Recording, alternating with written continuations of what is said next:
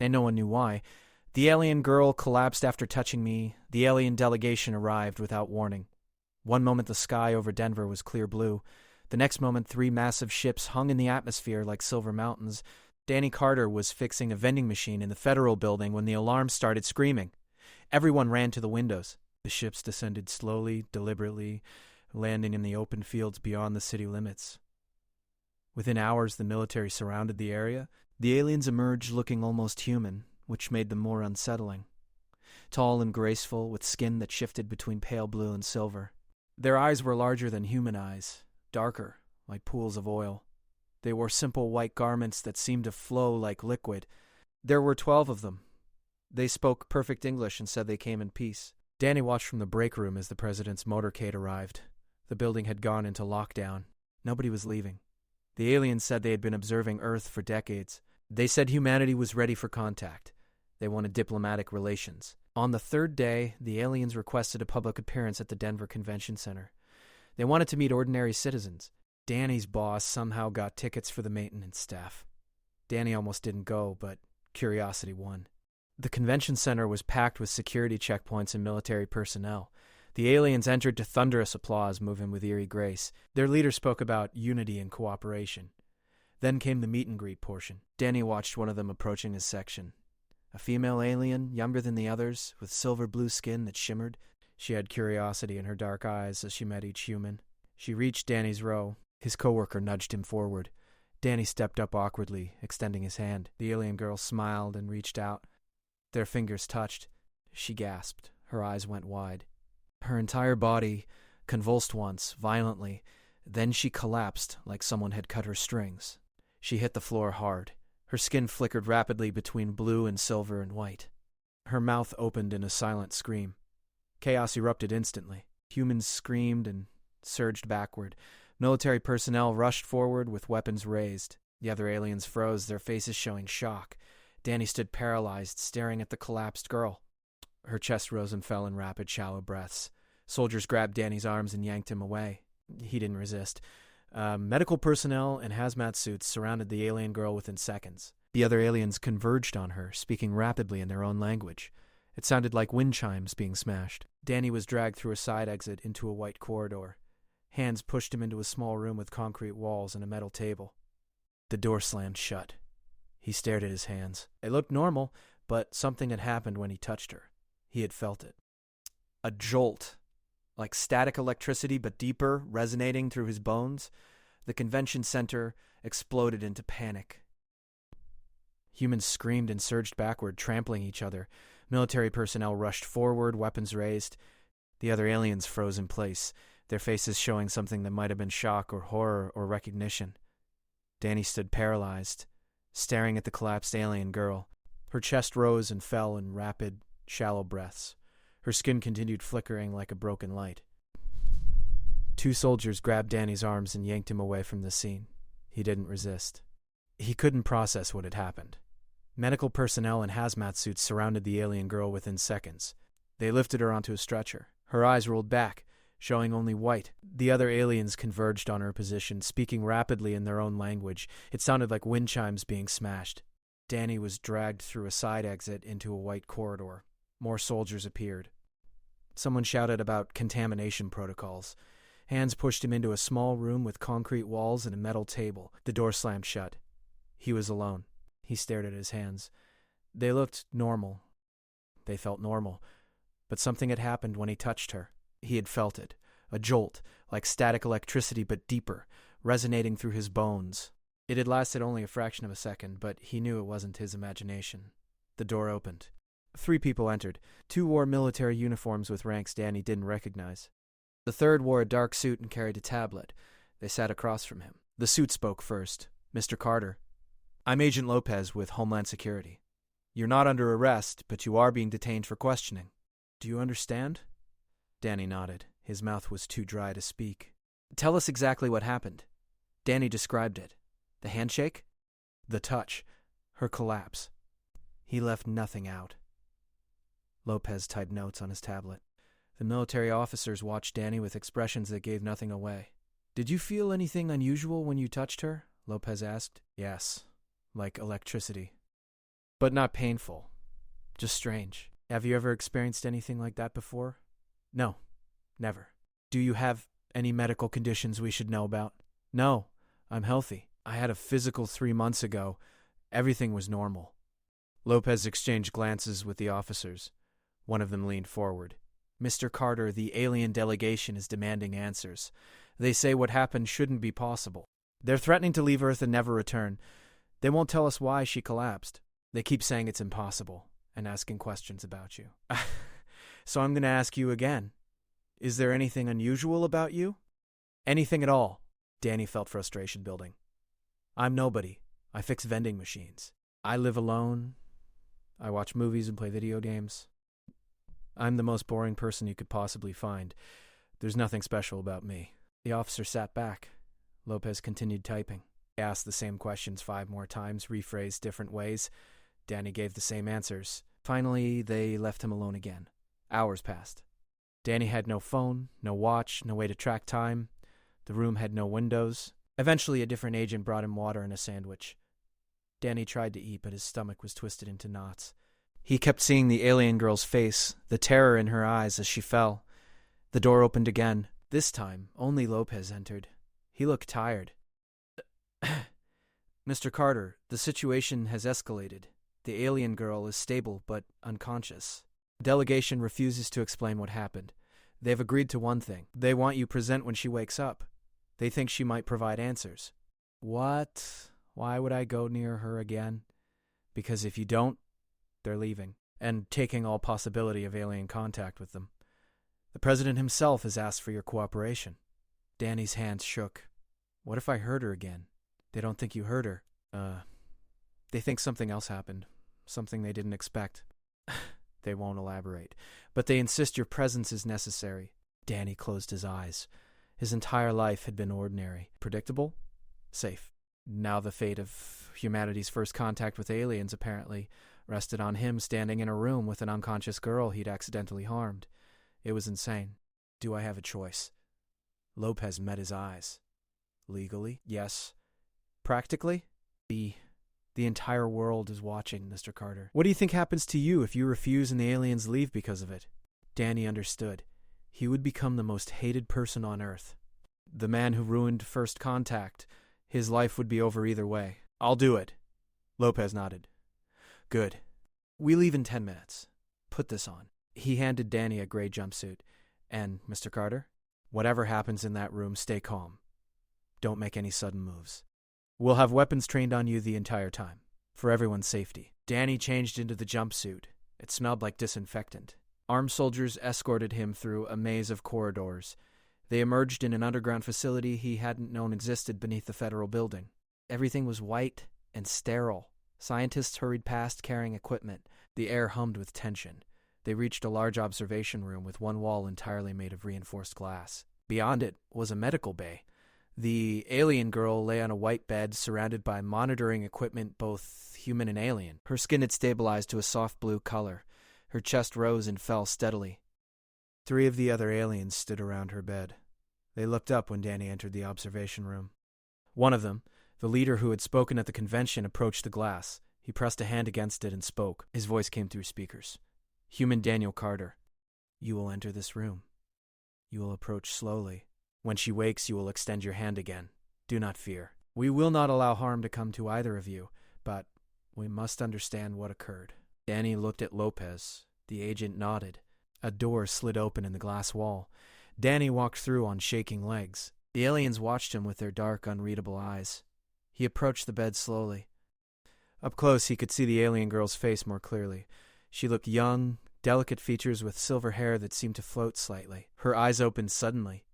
They fixed on Danny immediately. She sucked in a sharp breath. Then she sat up in one fluid motion and reached for him. The other aliens moved to stop her, but she was faster. Her hand grabbed Danny's wrist. The same jolt ran through him, stronger this time. Danny gasped. The alien girl's eyes went wide. How? How are you here? How do you exist? Her mouth formed words in English now. Danny tried to pull away, but her grip was iron. I don't understand. What are you talking about? Her skin began flickering again. You're resonating. You're resonating with the frequency, but that's impossible. Humans don't resonate. We checked. We scanned your entire species before making contact. None of you resonate. The leader alien stepped forward, speaking rapidly in their language. The girl responded without looking away from Danny. Her grip tightened. What frequency? Danny managed to ask. The frequency of the architects. The builders of the ancient network. The ones who seeded life across galaxies. Humans aren't connected to them. Your evolution was natural, isolated, but you carry their signature. The alien girl whose name Danny learned was Kira refused to release his wrist for another 20 minutes. She sat on the medical bed, holding onto him like an anchor, while she argued with the other aliens in their chiming language. Danny stood awkwardly, acutely aware of the dozens of eyes watching through the glass. The resonance between them continued, a steady pulse he could feel in his bones. It wasn't uncomfortable exactly, but it was foreign, like suddenly being aware of a new sense he'd never known he possessed. Finally, the leader alien, who introduced himself as Vorin, convinced Kira to let go. The moment her fingers left Danny's skin, he felt a strange absence, like stepping from a warm room into cold air. Kira looked stricken by the separation. She wrapped her arms around herself and trembled. We need to understand this, Vorin said, gesturing for Danny to step back. Kira will explain what she experienced. Then we must decide how to proceed. Danny retreated a few steps. Military personnel immediately surrounded him, forming a barrier between him and the aliens. Kira spoke quickly, her words tumbling over each other. She switched between English and her native language, sometimes mid-sentence. Vorin listened intently, his expression growing darker. When she finished, Vorin turned to the observation window. Bring your scientists. Your leaders. Everyone who needs to hear this. What we're about to reveal will change your understanding of everything. An hour later, Danny sat in a conference room that had been hastily converted into a briefing center. The room was packed. The president attended via secure video link. Joint chiefs of staff filled one side of the table.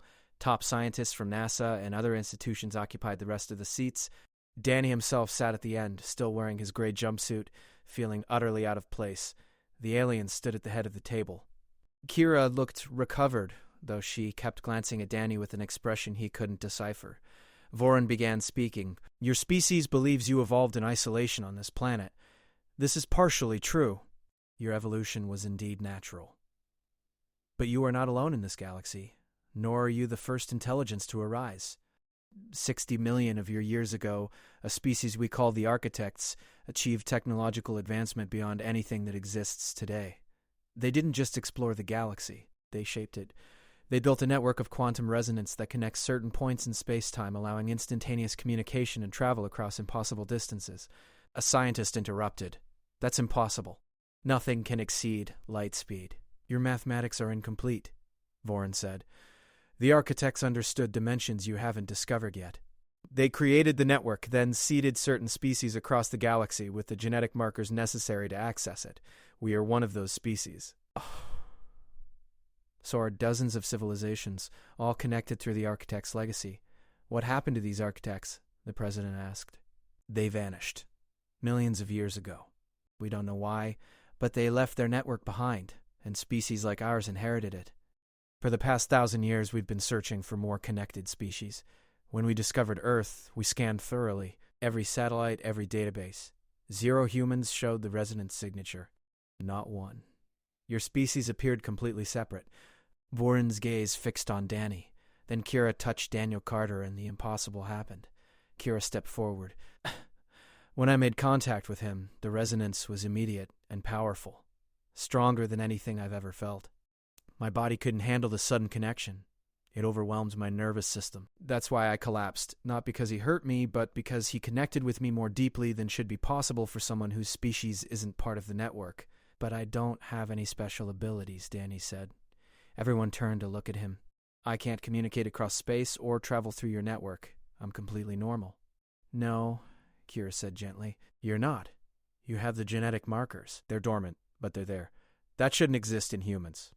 Which means either our understanding is wrong, or someone else did this to you, or humans are architects. Descendants of the original builders who created the network and then vanished. The room erupted. Scientists shouted questions. Military officers demanded clarification. The president called for order. Danny sat frozen, unable to process what he was hearing. This is speculation, a scientist argued. One anomalous individual doesn't prove anything. You're correct, Voren acknowledged.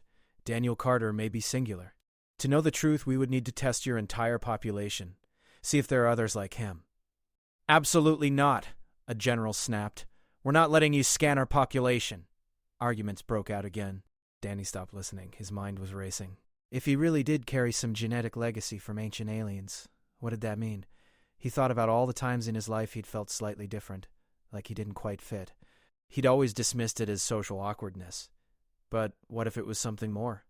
Kira moved around the table and sat down next to him, ignoring protests from security. She spoke quietly. You must be frightened, I'm sorry. We never meant to disrupt your life like this. What happens to me now? But Danny, if you truly carry the Architect's legacy, you're precious beyond measure. There are species who've been searching for the Architects for millions of years. Some worship them as gods, some blame them for ancient wars. If word spreads that humans might be descendants, your world will become the focus of every civilization in known space. That's insane. We can barely get to our own moon. We're not advanced gods. The Architects weren't gods either. They were just a species that advanced further, but they had power to reshape reality.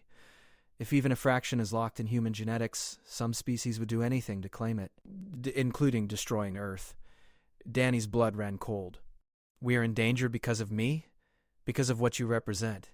But I promise I'll do everything I can to protect you and your people. The resonance we shared was painful at first, but after my body adjusted, it was beautiful. Like hearing a song I'd forgotten. I won't let anyone harm you. Her hand moved toward his on the table, but stopped just short of touching. He felt the resonance anyway, faint but present. His hand moved on its own, closing the distance. When their fingers touched, the sensation was immediate but controlled. The pulse between them was steady, warm, comforting. Will you help us? Kira asked. Help us understand what you are? It might be the key to understanding what happened to the Architects. Danny thought about his life. His small apartment, his vending machine routes. All of it seemed distant now. Whatever normal meant, he'd left it behind the moment he shook Kira's hand. I'll help. I don't know what good I'll be, but I'll try. Kira smiled genuinely for the first time. Thank you. We'll figure this out together. The next 3 weeks passed in controlled chaos. Danny's schedule ran 18 hours a day. Blood draws became routine. Brain scans happened daily. Genetic sequencing ran continuously. The research team expanded from dozens to hundreds as specialists arrived from around the world. The facility grew to accommodate them, new sections carved into the mountain rock almost overnight. Kira taught Danny about the network during brief breaks between tests. She explained that the resonance wasn't just communication, it was connection on a fundamental level. Species that accessed the network could share thoughts, memories, experiences across vast distances instantaneously. But it's dangerous if you don't know what you're doing, Kira warned during one late-night session. They sat in a quiet observation room overlooking the main lab. The network connects minds directly. If you open yourself to it without training, you can lose yourself in the flood of information. Billions of minds thinking, feeling, experiencing simultaneously. It can overwhelm even trained users. Have you lost yourself in it? Kira was quiet for a moment. Once, when I was young, I reached too far.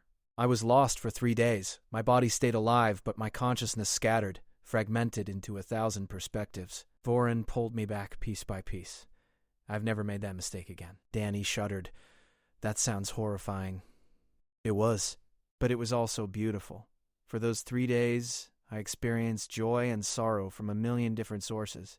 The network is dangerous, but it's also the most profound connection possible between living things. Do you think I can learn to use it? I don't know. Your markers are active, but you've never accessed the network consciously. It requires discipline and willingness to let go of your singular identity. If I can learn, will you teach me? Yes, when the time is right. That time came sooner than expected. On day 23, Dr. Sarah Mitchell made a breakthrough. She burst into the observation room where Danny and Kira were reviewing results. We found another one, she gasped. Another human with active resonance markers. Female 26 living in Tokyo. Amy Lee, software engineer. The markers are there just like yours. She's the second confirmed case. Danny felt relief and validation. He wasn't alone. There were others like him. Have you contacted her? The Japanese government is handling it. They're bringing her here. She arrives within 24 hours. Dr. Mitchell pulled up displays showing Amy's genetic profile next to Danny's. The markers are similar but not identical. Different expression patterns. She might interface with the network differently. Over the next 48 hours, 3 more active cases were confirmed worldwide. Marcus Johnson, a teacher from Lagos. Elena Volkov, a medical student from Moscow. David Park, a mechanic from Sydney. 5 humans total, with active markers out of 100,000 tested. The statistics suggested tens of thousands more might be hidden across Earth's population. When Amy Lee arrived, Danny was there to meet her. She looked overwhelmed, eyes wide as military personnel escorted her through checkpoints. She saw Danny and something in her expression changed. Recognition without knowing why. "You feel it too," she said when they were alone in a conference room. No preamble. "Like there's something humming beneath your skin. Like you're tuned to a frequency nobody else can hear." "Yeah, exactly like that." "What's happening to us?" Danny told her everything. Amy listened in stunned silence, occasionally glancing at Kira in the corner. When Danny finished, Amy laughed, sharp and slightly hysterical. "This is insane. I write code for banking software. I'm not supposed to be part of some galaxy-spanning mystery. None of us are, but here we are. What do they want from us? To understand what we are. And to protect us from species who might see us as threats." Amy's expression hardened. "Nobody's using me as a tool. That's why we need to learn to use the network ourselves. If we're going to survive, we need to become active participants." Over the next week, as the other confirmed resonators arrived, Danny's small group formed naturally. 5 humans who shared something nobody else on Earth possessed. They trained together under Kira's guidance, learning meditation techniques that would help them access the network safely. It was slow, frustrating work. The resonance was always there, humming in the background, but actually grasping it consciously proved nearly impossible. Marcus was the first to succeed.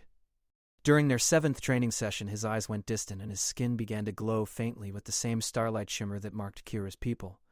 He was accessing the network, touching that vast connection spanning the galaxy. It lasted only 10 seconds before he pulled back, gasping. "What did you see?" Elena asked urgently. Marcus struggled for words. "Everything... nothing. Too big to describe. Like trying to explain the ocean to someone who's never seen water. But I felt them. Millions of minds, all connected, all aware of each other. For just a moment I was part of it. One by one, the others achieved their first connection. Danny was the last to succeed, which frustrated him. This was his ability, but the others had surpassed him. Kira reassured him that everyone learned at their own pace. Finally, on the 17th day, it clicked. Danny had been meditating when suddenly the world expanded. His consciousness extended beyond his body, touching the resonance field that permeated space itself. He felt Kira's presence nearby, warm and familiar. He felt the other 4 humans in adjacent rooms, their minds burning like bright stars. Beyond them, impossibly distant yet intimately close, he felt the network itself. It was like standing on the shore of an infinite ocean. Danny reached toward it, let his consciousness extend into that vast connection. Immediately he understood Kira's warning. The sheer volume of minds was staggering. Billions of distinct consciousnesses, all thinking and feeling simultaneously. Species he had no names for, living lives he couldn't imagine, all connected through threads of quantum resonance. Danny felt himself beginning to fragment, his identity dissolving. Panic surged. He pulled back hard, snapping his consciousness back into his body. He gasped and opened his eyes to find Kira kneeling beside him. "Easy," she said softly. "You reached the network and came back. That's enough for a first time. It's too much. How do you process all of that? Years of training. You learn to filter, to focus on specific connections rather than trying to experience everything at once. You'll learn. The breakthrough changed everything. Now that all 5 humans had touched the network, research could study the active connection rather than theoretical potential. The data gathered was revolutionary. Human brains accessing the network operated on frequencies previously thought impossible for biological systems, but progress brought danger. On day 35, the first attack happened. Danny was in his quarters reviewing data when alarms started screaming. Automated systems locked every door. Emergency lighting flooded corridors. He heard gunfire somewhere distant. Kira burst into his room, skin flickering in agitation. "We're under attack. Someone breached the outer perimeter. Military-grade equipment. Who? We don't know yet, but they're not human." The battle lasted 40 minutes. Alien attackers, members of a species called the Kreth, fought their way into the facility using weapons that turned rock to vapor. They were targeting the resonators specifically, trying to capture or kill the 5 humans who'd learned to access the network. The military response was fierce, but the Kreth were experienced warriors. Danny huddled in his quarters with Kira while explosions shook the mountain. He could feel the other resonators through the network, their panic bright and sharp. Marcus was injured. Elena was trapped. David and Amy were being evacuated. "We can't just hide," Danny said. "We have to help them. You're not soldiers. You've barely begun to understand your abilities. Then teach me something useful fast." Kira stared at him.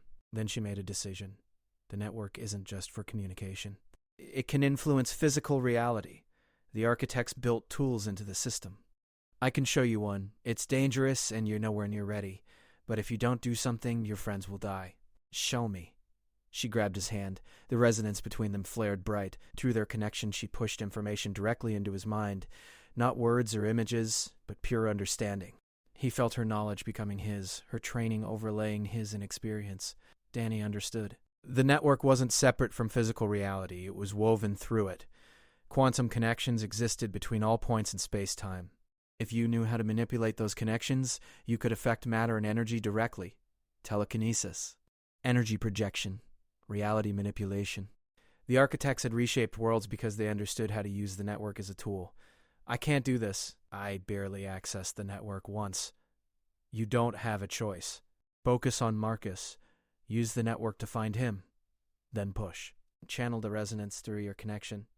It will manifest as force. But be careful. If you push too hard, you'll burn yourself out.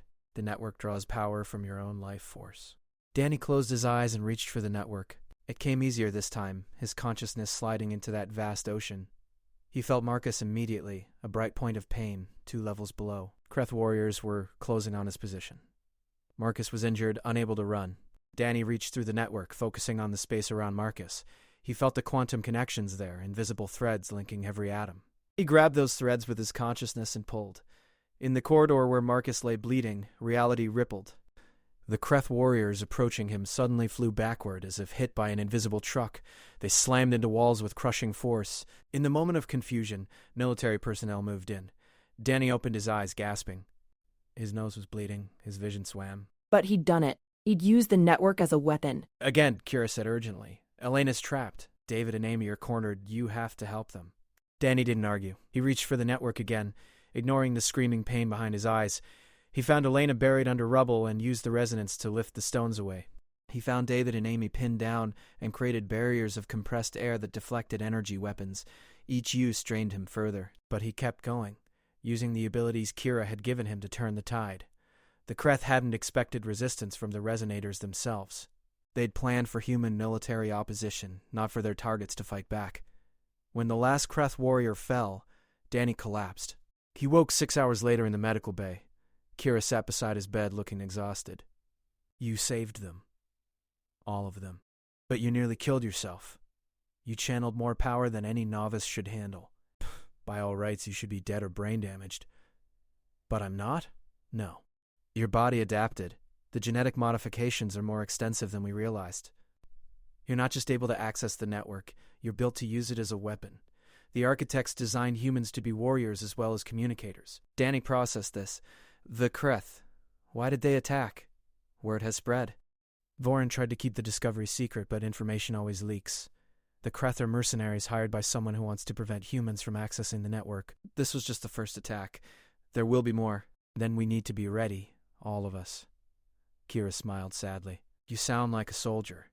I sound like someone who wants to survive." The attack changed everything. What had been pure research became military training. The 5 humans spent their days learning to weaponize the network under Kira's instruction. Elite soldiers trained them in combat tactics. Engineers built facilities to handle reality warping effects. Other nations demanded access. Russia, China, Europe, Africa, South America. Every major power wanted their own resonators. Testing expanded globally. Within 2 months, 47 more active cases were identified. Training facilities opened on every continent. Humanity was learning to claim its inheritance fast. But with each new resonator that awakened, the danger grew. More attacks came. The Kreth returned with heavier weapons. A species called the Mordane tried to poison Earth's atmosphere. The Varus, surprisingly, sided with humanity, sending ships to help defend orbit. The galaxy was fracturing into factions. Danny became the face of humanity's response. He wasn't the strongest resonator or the most skilled fighter, but he was the first. The one who'd made contact with Kira, who'd turned the tide of the first attack. Media showed his face worldwide. Politicians invoked his name. He hated it, but understood its necessity. 6 months after the convention center, Danny stood on a platform, addressing the United Nations General Assembly via holographic projection. Representatives from every nation watched. Alien observers from friendly species attended virtually through the network. 6 months ago, I was nobody, Danny began. I fixed vending machines. I lived alone. I had no idea that touching an alien's hand would change everything, but it did. And now here we are, humanity standing at the threshold of something incredible and terrifying. He paused, gathering his thoughts. Through the network, he could feel millions of minds watching. We didn't ask for this. We didn't choose to be descendants of the architects. But we are. That's our reality now. We have two choices. We can hide from it, pretend it's not happening. Or we can embrace it, learn to use the network not as weapons, but as what it was meant to be. A connection between minds, between species, between worlds. He looked directly at the camera. I've touched the network. I've felt what it's like to be connected to millions of other minds. It's beautiful and overwhelming and profound. It's also dangerous. There are species who fear us, who want to destroy us before we become too powerful. They're not entirely wrong to be afraid. Humans with architect technology could reshape the galaxy. But I don't want to reshape anything. I want to connect. I want to understand. I want to prove that humanity can use this gift responsibly. His voice grew stronger. So I'm making a promise to every species listening through the network right now.